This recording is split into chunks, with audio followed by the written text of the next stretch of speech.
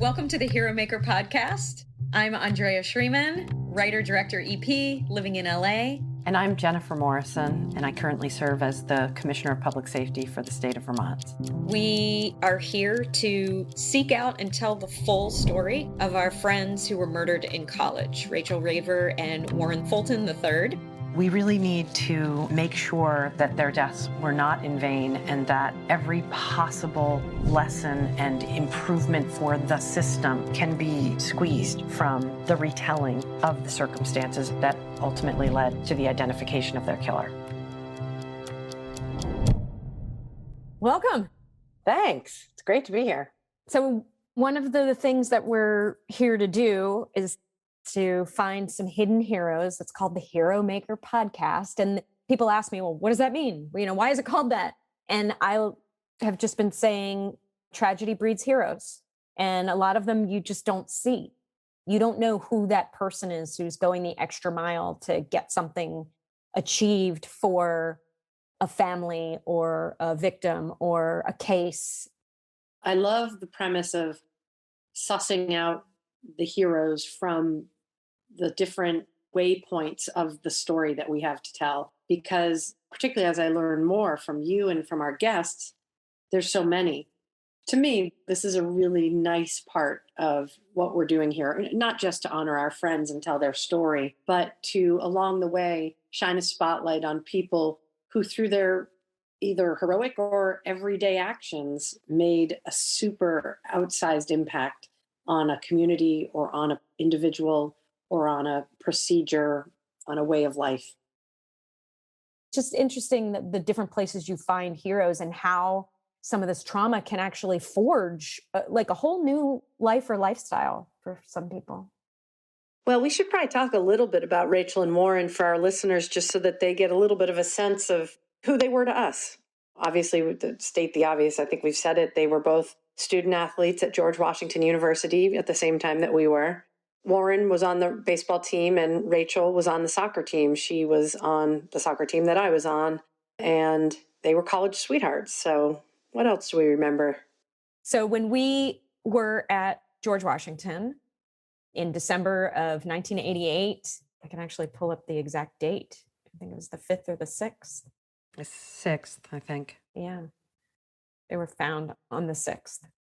That's the day everything came tumbling down. It started, I think, on Sunday night. I would describe it as some anxiety and questions and concern and stuff. But by Monday, folks were really on edge, really, really on edge. And it had become clear that both of them were unaccounted for. I know that some of the things that went through people's hearts and heads were like, oh, maybe, hopefully, maybe they eloped because they had been together for a little while. I know Rachael was about to go into law school. Mm-hmm. The last time anybody saw them was the night before. It was Saturday night. There were a lot of people who were out at Mr. Days, which is a bar that we frequented. Mm-hmm. I actually was not someone who went out very much. Right. This didn't help. It was not uncommon at all for groups of us to go out there. And we didn't always leave together. That's not, you sort of all get there at different dates. But they left early. They left early, this is like, will never cease to be a matter of tremendous irony for me.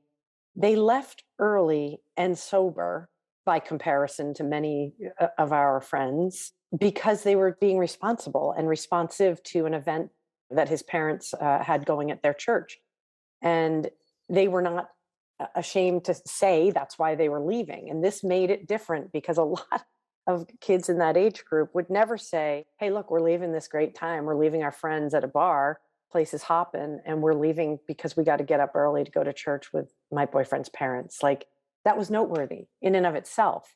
And so they left and nobody thought anything of it until, like I said, Sunday evening is the first time I recall people starting to become very worried. And by Monday, it had dialed up tremendously. Yeah. And we're going to talk to Rachael's sister, Deirdre Raver, today. Maybe they came down Tuesday. They were like, they had to come down to DC. They were driving down to kind of help with the search. Yeah. And if you think about it, it's Sunday, Monday. I mean, it's really only like 48 hours. Yes. They say moving and getting information in those first 48 hours is critical. Is that something that you can speak to as a police officer? I don't know how much of your time you've been an investigator, but I know that there was a large part of your career where you were an investigator. Sure. So the first 48, obviously, it's the name of a TV show. So folks cling on to that a little bit. And there is never a hard line in the sand, whether it's 48 or 42 or 58 hours. But it is very true that the more information and leads you can gather in the early phase of an investigation, the more likely it is that you're going to find threads that you can pull. And that once you start getting these threads that you can pull, those turn into additional leads. We know that people move. People who aren't aware that maybe they have relevant information quickly cannot be found if you don't identify them early in the process of an investigation. So really locking in who was in the vicinity, who might have seen something. This incident happened long before the time of cameras in every business and cameras on every street pole. But, nowadays we try to get to those sources quickly so that they don't automatically overwrite themselves. You know what I'm saying? So that time is on your side in the first 48 to 72 hours. And after that, memories get disturbed or rewritten, particularly in today's era of mass consumption of social media and 24/7 news cycle. People's true memories get altered by what they've heard or been told. And I would say the first 48 to 72 hours are key in any investigation where you need eyewitness information. Yeah, and this would be one of those, but there were no eyewitnesses. No one saw them. So I don't think it was ever clarified exactly how they were either abducted or carjacked or what point it happened that they intersected with the person who ultimately took their lives.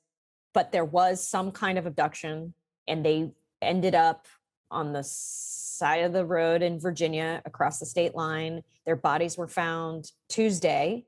Yeah, that was the moment that the proverbial other shoe dropped and they had been found in the worst possible outcome. Yeah, how much did we know? Because now I know a lot about the condition in which their bodies were found. We knew what we saw on the evening news, and I believe it was the 6 o'clock news. That's what we knew in the beginning. We saw bodies zipped into body bags being taken out of a field, a grassy area, one of them anyway, high, tall grass. And then it was in the days after, even maybe a week after, that we started to get more information. Probably within 24 hours to 48 hours, we learned that Rachael had been sexually assaulted. And we also learned that Warren had been assassinated, basically made to kneel and shot in the back of the head. I definitely want to correct you. He wasn't shot in the back of the head, but he was shot in the back at a downward angle. Interesting. That's an interesting fact, because if you're sure that you don't want to waste lead and really get the job done, shooting someone in the back is not the most efficient way to kill them. I'm just adding this because we're right here. One of the facts is that Rachael was also shot in a similar way, and it was testified by forensic experts and everything that she was not dead when she was raped. So she was shot and then she was raped. She was also dragged. And these are conditions that we found out later in more detail than anyone would necessarily want. If you or someone you know is connected either personally or as the result of violent crime to Alfredo Prieto, a convicted rapist and killer who lived in and around San Bernardino, California, Arlington, Virginia, and Jamaica, Queens, New York, between the years of 1984 and 1990, we'd like to hear from you. Please email us at info@theheromakerpodcast.com. Today we have this amazing guest who has lit me up around the story of my friends, Jen's friends, who were murdered when we were in college. This was the first person who I got to connect with, who just went through everything from day one until today. She has lived with this experience. I'm going to introduce you to Deirdre Raver. And Jen, I think you've met Deirdre before, but I have. It's probably been a minute since you've seen her. And Deirdre was someone who went through this experience, but in a way that she was so energized and activated by her, and she'll put it in her own words for you, but this is what I was left with. She was so motivated by a lack of answers and a compulsion to find answers and to actually get justice for her sister that she did amazing things. She became a victims advocate. She went and got a degree in criminal justice. She lobbied to change laws and help change laws in the state of New York, where she lives and was raised. She also traveled and spoke about the case. And I'll let her tell you more about this. But I'm just so honored that Dede's here to talk to us today. Hi, Dede. Hi, how are you? I'm okay. It's great to see you. Hi, Dede. I do have to echo what Andy just said about us all being inspired by the energy, by the tragedy that you turned into momentum, and you went on such a positive trajectory where so many other people might not have. But I remember that because we were still young. We were youngins when this all happened. I still remember your response to this as being incredibly motivating, and like you were a tremendous role model for how one might choose to respond to tragedy. And actually just seeing you is making me feel a little sad. Wow. Well, it was quite a journey that we all took. And I have to say, I was very lucky that I met other people going through a similar journey. Had I not met them, I would have never even thought of doing some of the things that I did. But I met other families that had close relatives that were taken from them through a homicide. And they spent all their energy and time trying to help the police solve the case by bringing attention to the case, creating the flyer. The flyer is so important. It brings in leads to the police. And the police rely upon leads, and leads give everybody hope. So I was very, very lucky that I met people that shared their experiences with me. Also, the National Victim Center gave me a lot of advice. They were an organization that started by a brother and sister who had their mother murdered, and the murderer got away with it. So they started this nonprofit organization. So the victim rights movement was very, very big when Rachael was murdered, and it was really just starting out. It was just getting its legs.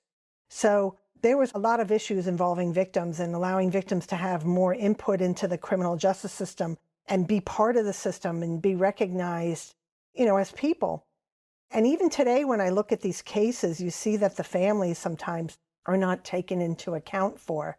You look at the biggest stories on the news, and the families are still sometimes the last ones to find out stuff. And I think one of the frustrating things for me and everyone who loved Rachael and knew Rachael is our case was unsolved. And that's true of more than half of the cases that we have in America. They just are unsolved. No matter how many resources you put into a case, sometimes you just don't get the murderer like you do on TV. So that I think the hardest thing for me is not having answers. Closure. I wanted closure. And, we were very lucky. We had police that knew what they were doing, that were working very hard on the case. We had the cream of the crop. We had a great police department, and it was still very, very staggering and overwhelming to look at picking a needle out of a haystack. Mm-hmm. We had to pick a needle out of a haystack. And thank God for science, because if it weren't for science, we probably would have never found Rachael's killer, or at least known who he was. So that was a big deal, because you can't grieve when someone's murdered in your family. So the only thing you really can do is somehow get involved with something and feel like you're doing something. Otherwise, the feelings of helplessness are just overwhelming. So you have 2 other siblings, right? Yes. And I know your mom was very impacted by the case. I mean, obviously the whole family was, but you were also it seemed like you were almost partnered with your mother and carrying the weight of her concern in a lot of what you were doing. Can you talk about, because I'm just assuming that there was a variation of the way that it impacted various members of your family. And I'm really looking at the early days before you even knew about the link to Tina Jefferson's murder.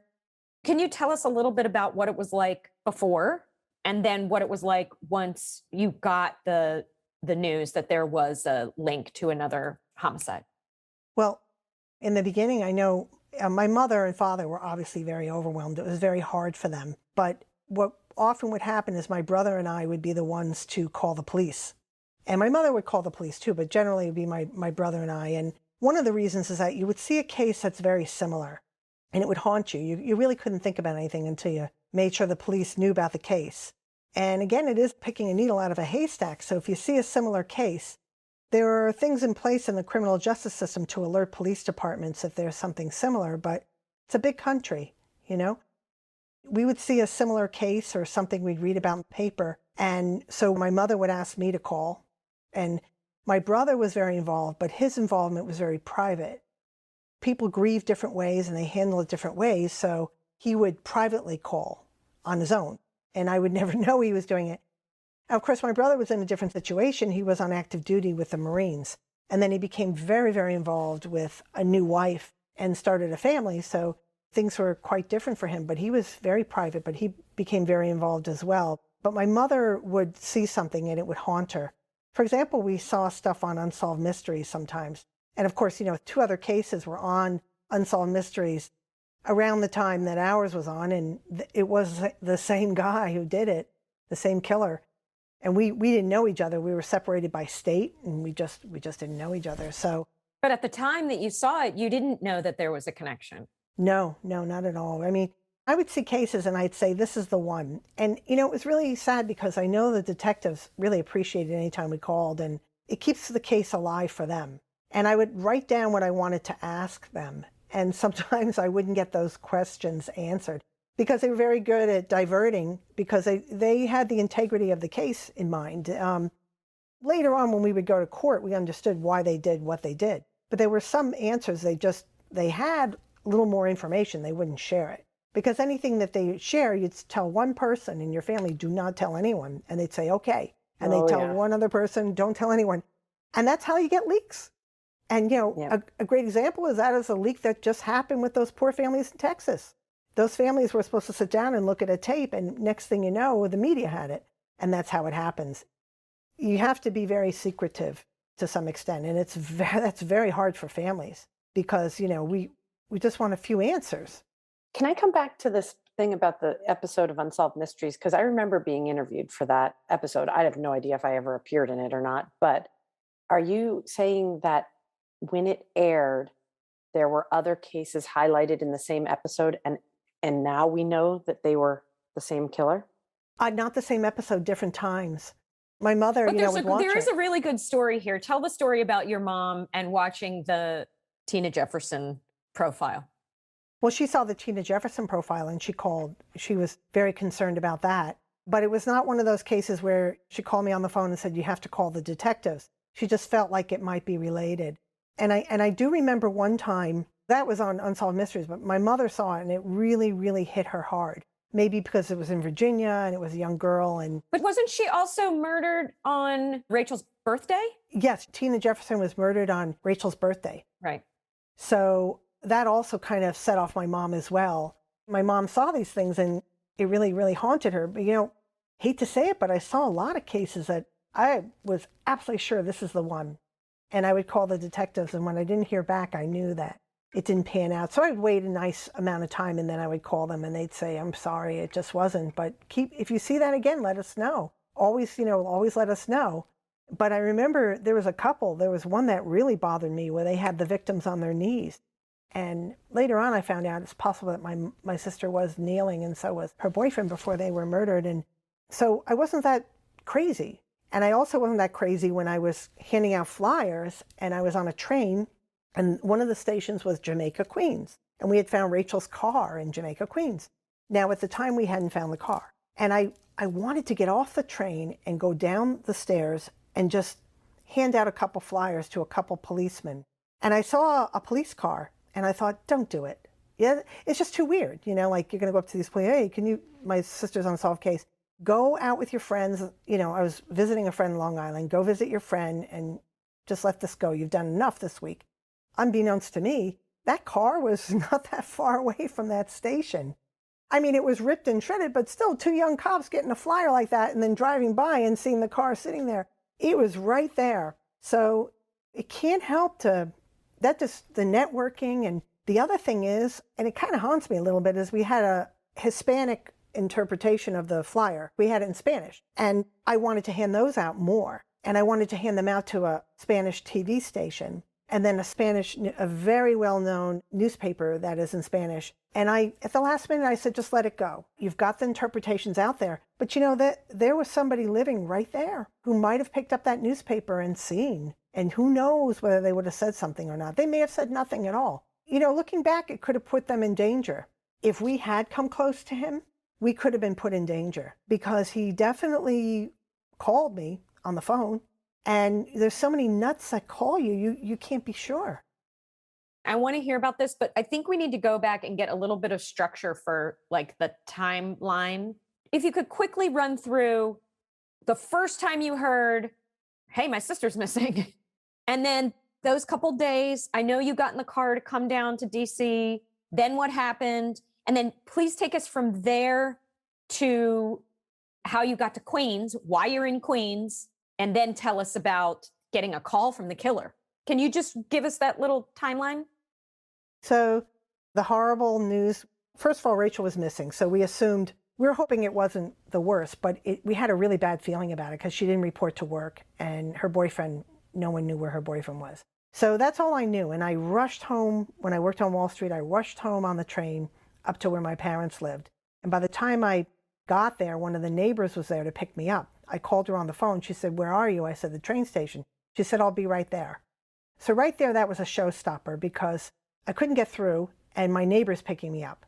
So right away, I knew there was so that was when my neighbor picked me up. She pulled over the car and she just told me they found the bodies in the woods. And I lost it. I was screaming and it was really horrible. There's nothing like that. And I remember going home and seeing a lot of relatives and a lot of neighbors that I grew up with. And we're just surrounded by all these people. And it was considered normal to have like all these people in our house that normally wouldn't be in our house with us all the time. And I remember a police chief that I knew who I had called because all we knew is we needed to find the car. That car, the car was stolen. So he said, if we find the stolen car, we'll find out who killed Rachael. And it was your sister's car, right? Right. My father had given her the car. And it was one of those situations where we weren't sure she put the right license plates on yet. We were in between license plates. So I'm trying to explain this to a police chief, and he thought that I said that the license plate was missing, and if we found the license plate, we could find the killer. And he's trying to tell me to get medicated and to get some medication to calm down. And I actually was being very rational. It's just the way that I spoke, he obviously misunderstood me. I remember he said, it's a big country. You may not find this. And it was very frustrating for us because we would drive around, we would see cars we thought looked like my sister's, and of course it wasn't. And there were other relatives who would see a car that looked like Rachael's and they would follow it. And it wasn't her, of course. But we're looking for a car in Virginia, but we're in New York. We're living in New York at the time, so we don't know if the car is in New York. Not that we know the killer or anything like that, but we're looking everywhere. So we called a lot of people, and we expected to find it, and guess what happens? Well, the car was driven by the killer to Queens, right down the street from a police station. And in New York City, a lot of cars are dumped. They're dumped all the time. So when a car is dumped, it gets ticketed. But at that time, a ticket doesn't get registered into the same database as when you're pulling somebody over. So if you're pulling somebody over, like the killer, if he got pulled over, he would have gotten caught because they would have seen this license plate being flagged. But when you ticket a parked car, they're not going to run a police report on a parked car or an abandoned car. They just don't. There's just too many of them. That was very hard for me to take because I was like, what do you mean? So I ended up calling a police detective I knew in New York City. Basically what happened was my mother got a summons in the mail. She got a letter in the mail from New York City, a summons to pay for tickets on Rachael's car. That's how we found out where Rachael's car was. So that really kind of, my mother went nuts. And that was like 6 weeks after she was killed, right? I want to say more like 8 weeks. Okay. So 6 long weeks or 8 long weeks, right? So you're spending 8 long weeks looking for a car. Right. It was a brown Toyota Corolla, right? Right, brown Toyota Corolla. Yeah, I remember this. Remember this, right? And it was sitting right there. So, and in fact, I was right down the street from that car, when I was handing out the flyers. So I think it was more than 6 weeks. It was a little bit longer. And what happens to a car when it just sits there in New York City is it gets stripped. They start taking stuff off of it, and somebody set it on fire. And so, of course, all these things happen. But it takes a while. Like when they found the car, I thought for sure that a lot would happen. And nothing happened. So I called a friend of mine who's a detective in New York City, and I said, can you please help? I knew him from the National Guard.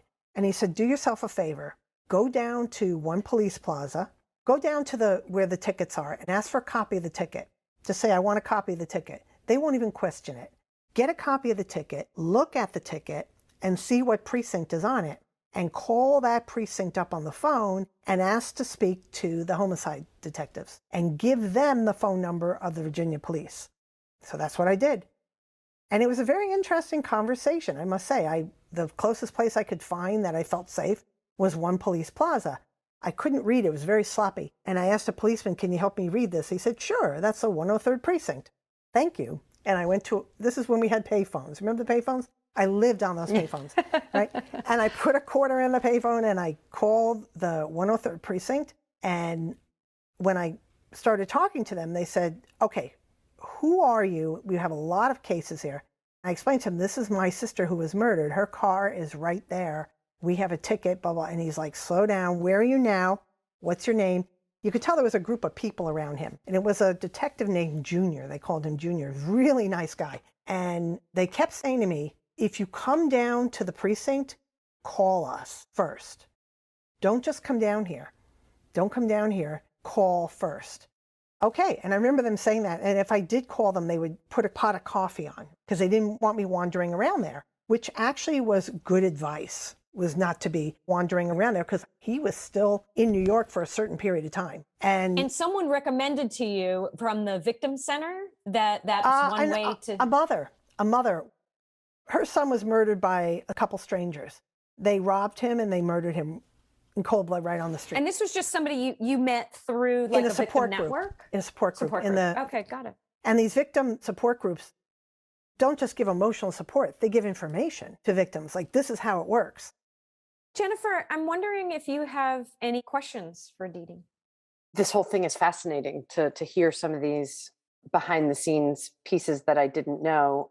I don't know if you saw me, but I winced, at least on the inside, when Dede said that while she was trying to relay some information to a police chief that she knew, that the response was to get medicated so that she could get her act together. And I absolutely winced when I heard that, because again, in those first few days, there's two key jobs for the police.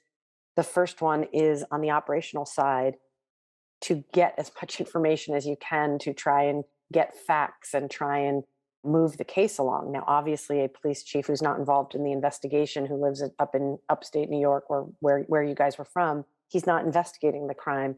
So in that case, the other police responsibility is to do the best job you can as a liaison to the family, to be a conduit of information, to try and help connect them to resources, to help bring order to complete chaos, to begin, although it doesn't feel like it, but to most importantly, don't say the wrong things, which I would categorize what you just shared with me as being the wrong thing, but try to start saying some of the right things so that the healing a seed can be planted.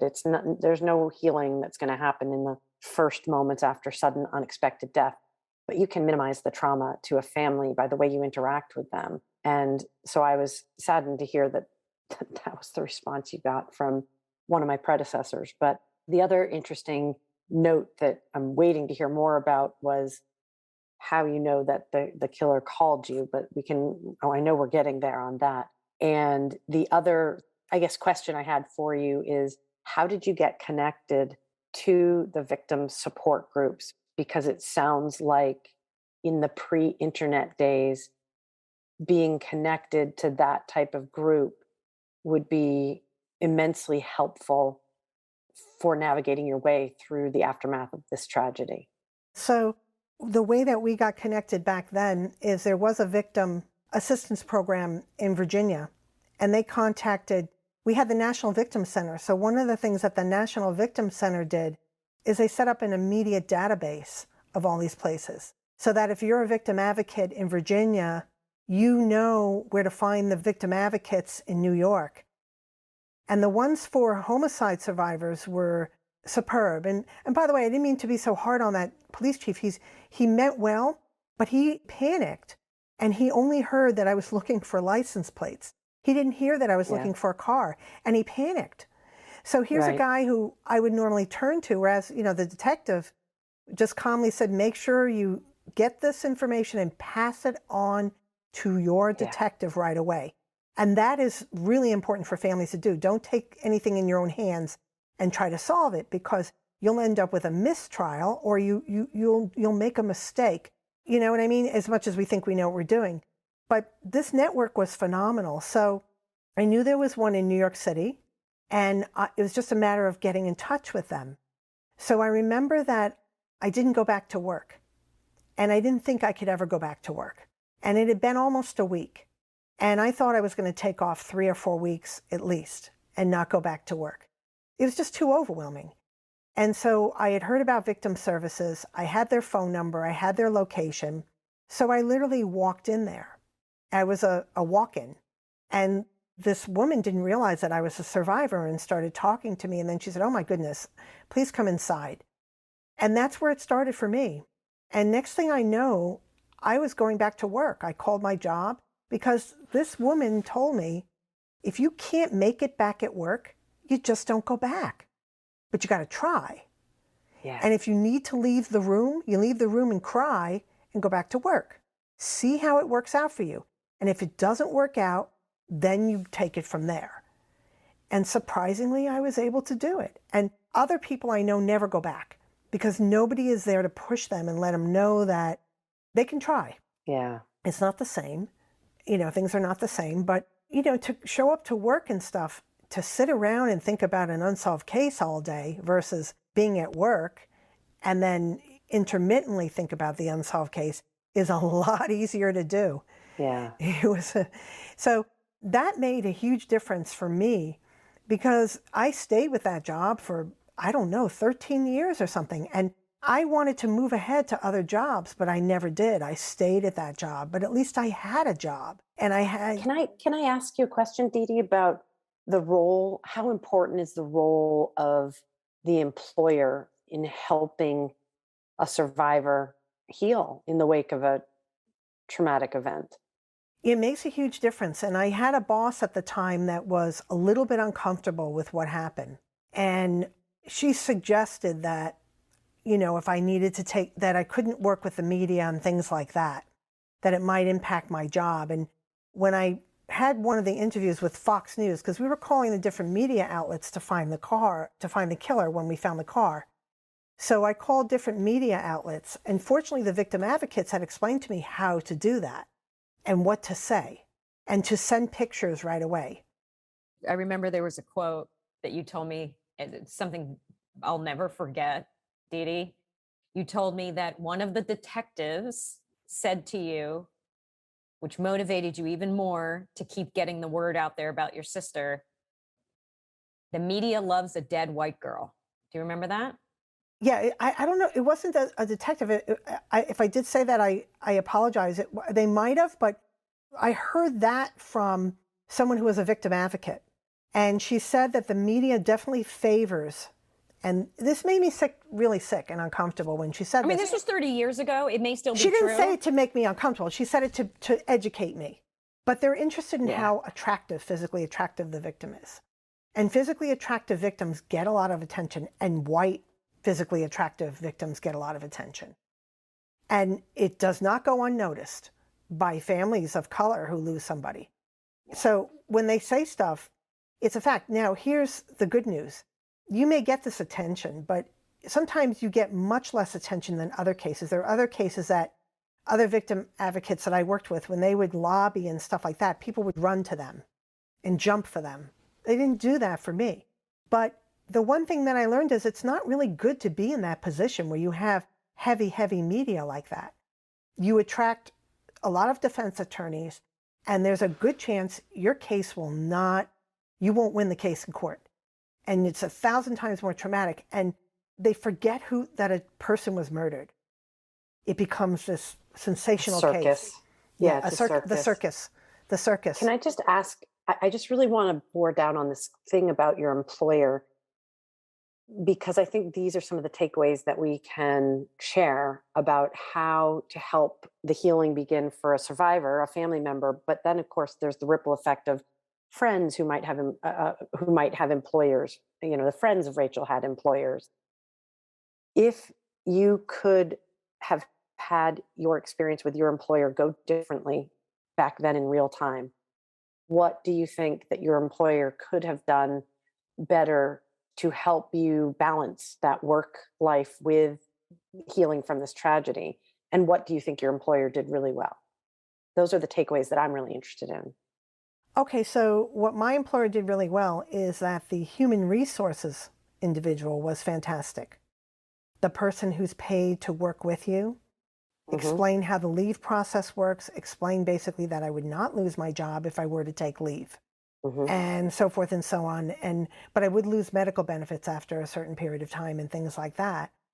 But this was a really strong support. My boss, my supervisor, was uncomfortable with it, and I didn't feel very supported. And then when I finally did a story with the media, I was savvy enough to call the PR department for my bank, which was a major financial institution in Wall Street.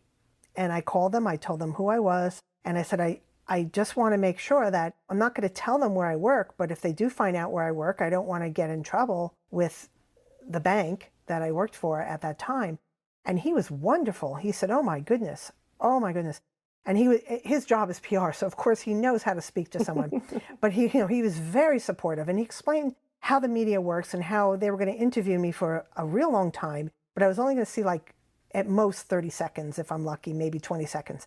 And he said, you're going to see that it's going to be very clever the way they put it together. They're going to find the most important things that they feel are most important. He said, just tell them you prefer not to say where you work. But if you do, they do. But it's not part of the story. I said, the part of the story is what you want to tell them. And he explained to me how to do it. And so I would say employers need to help victims out that way with PR so that they understand that if they do speak to the media, that the media does not have to know where you work. And you could say, I prefer you don't say where I work, but you could say that I work in Wall Street or something like that in general, not the actual company. I prefer you don't do that. But also explaining the leave process. What employers could, and they did that very well, what they could have done better, but at the time they have employee assistance programs. And I had a great insurance program too, where you could get counseling if you needed it. And they have employee assistance programs that you could call up and get help through them. And that's where they can do better. And those employee assistance programs would be hooked in with the victim services programs, which I have to say was extraordinary. To find myself with other families that were going through what I went through was really unbelievable. I don't know how I would have done it without hearing from these people and being able to share these stories. They really understand victims. And I tell you, one night I went to a meeting, I'll never forget it. And this is how well they understood it. And there was an elderly woman that worked there. And sometimes they would make us ice cream. They would make us an ice cream sundae or something like that. And I went to visit her, and she kept shooing me away from the meeting. And I didn't know what was going on. Like, why is she not letting me go to the meeting? Is there something going on with another victim that I don't know about? They don't want me to know. Was there a fight between a couple families? I mean, I didn't know what was going on. And she sat down, she gave me some ice cream and started talking to me. And after a while, I said, can I ask you a question? And she just kept talking to me about how I was feeling. And I talked to her about how my week was and all that. And I'm saying, okay, enough questions, what happened to the meeting? And she said, oh, that was last week. And I was there for about a long time, So I thought, nowhere else would somebody know how to do that.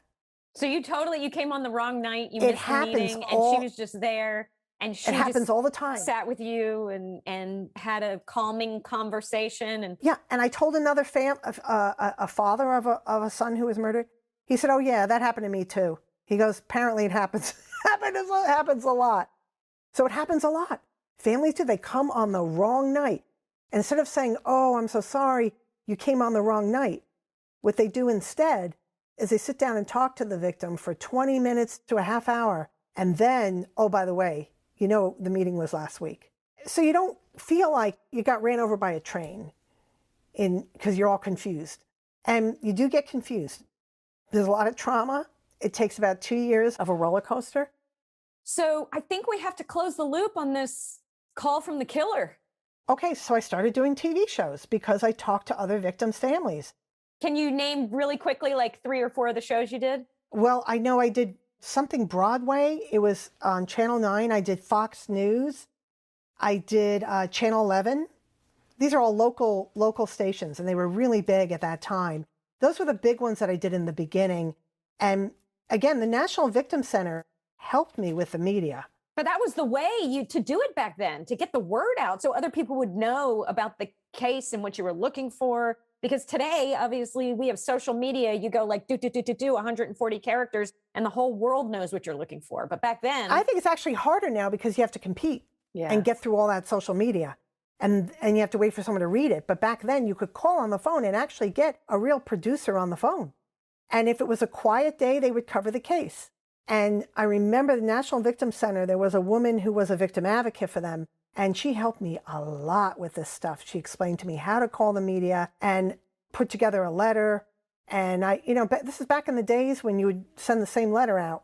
And I got a whole bunch of pictures of my sister, which I actually sent in the mail, picture of her. So they were forced to look at the picture. Those were the media stations later. So Broadway 9, this one station, it was shown in California.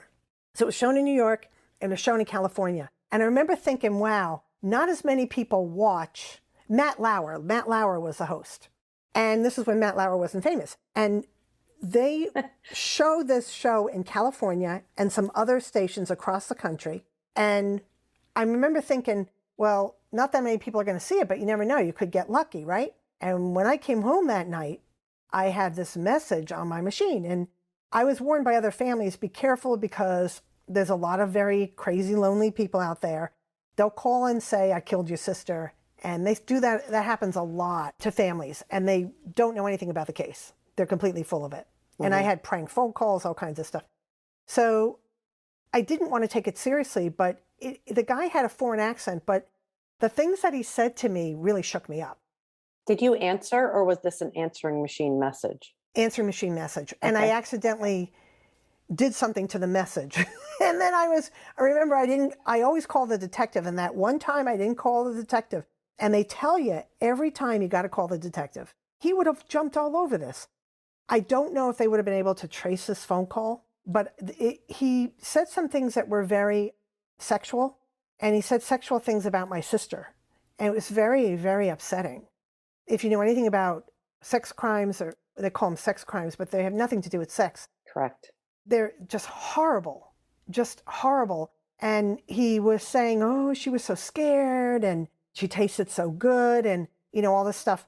And it really upset me that someone could say stuff like that. And this is really not too long my sister had been murdered. It wasn't like I had a few years under my belt. And so it was a really difficult one.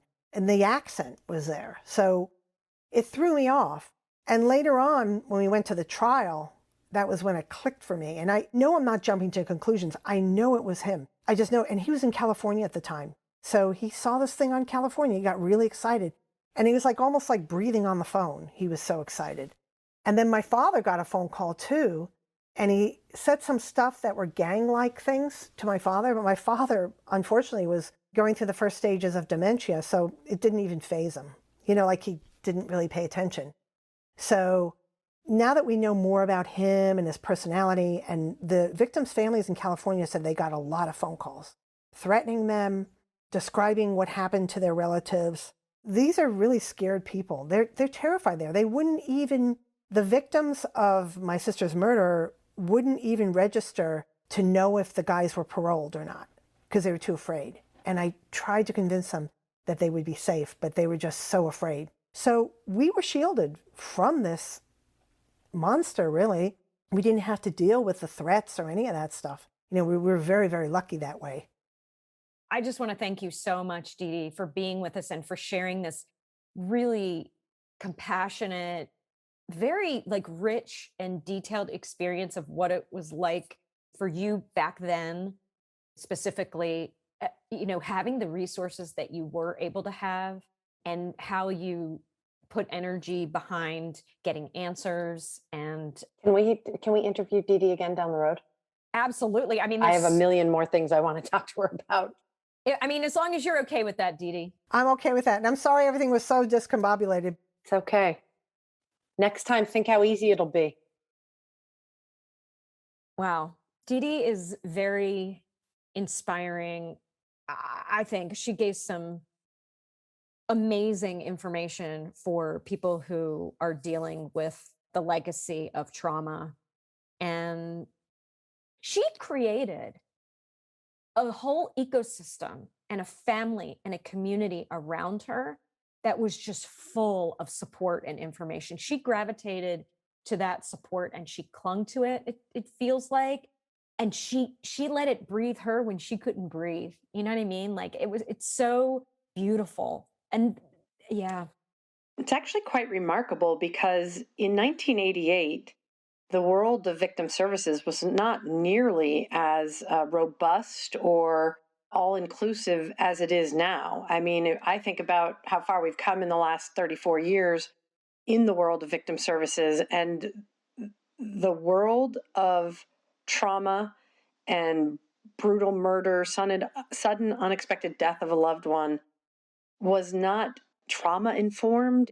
These were very immature processes and organizations. And the fact that Dede not only took advantage of all the resources that were available or offered, she flushed out more and then brought those people together. She was like the glue, bringing the few resources that existed together to make things stronger by her being that glue. And a lot of what I reflected on after listening to what she had to say is how far we've come in the world of victim services and how she had to do so much work to weave that tapestry of support. And I think today we do a much better job of offering the support and wrapping around people who want the support. So we've come a long way, baby. Yeah, that's a great reflection. Thank you so much, Dede. It was great to have you. Thanks to audio producer, mixmaster, and sound designer Andy Bill of Submachine Audio. Thanks also to media producer Michael Doherty. And thanks to me, Hero Maker director and producer Andrea Shreeman. Please subscribe to the show where you listen to podcasts and take a moment to rate us. It really helps the podcast grow. We're also on Facebook, Twitter, and Instagram at The Hero Maker Pod. Want to collaborate or suggest a guest? Please email us at media@theheromakerpodcast.com. The Hero Maker Podcast is a production of Prudent Pictures. Thanks so much for listening.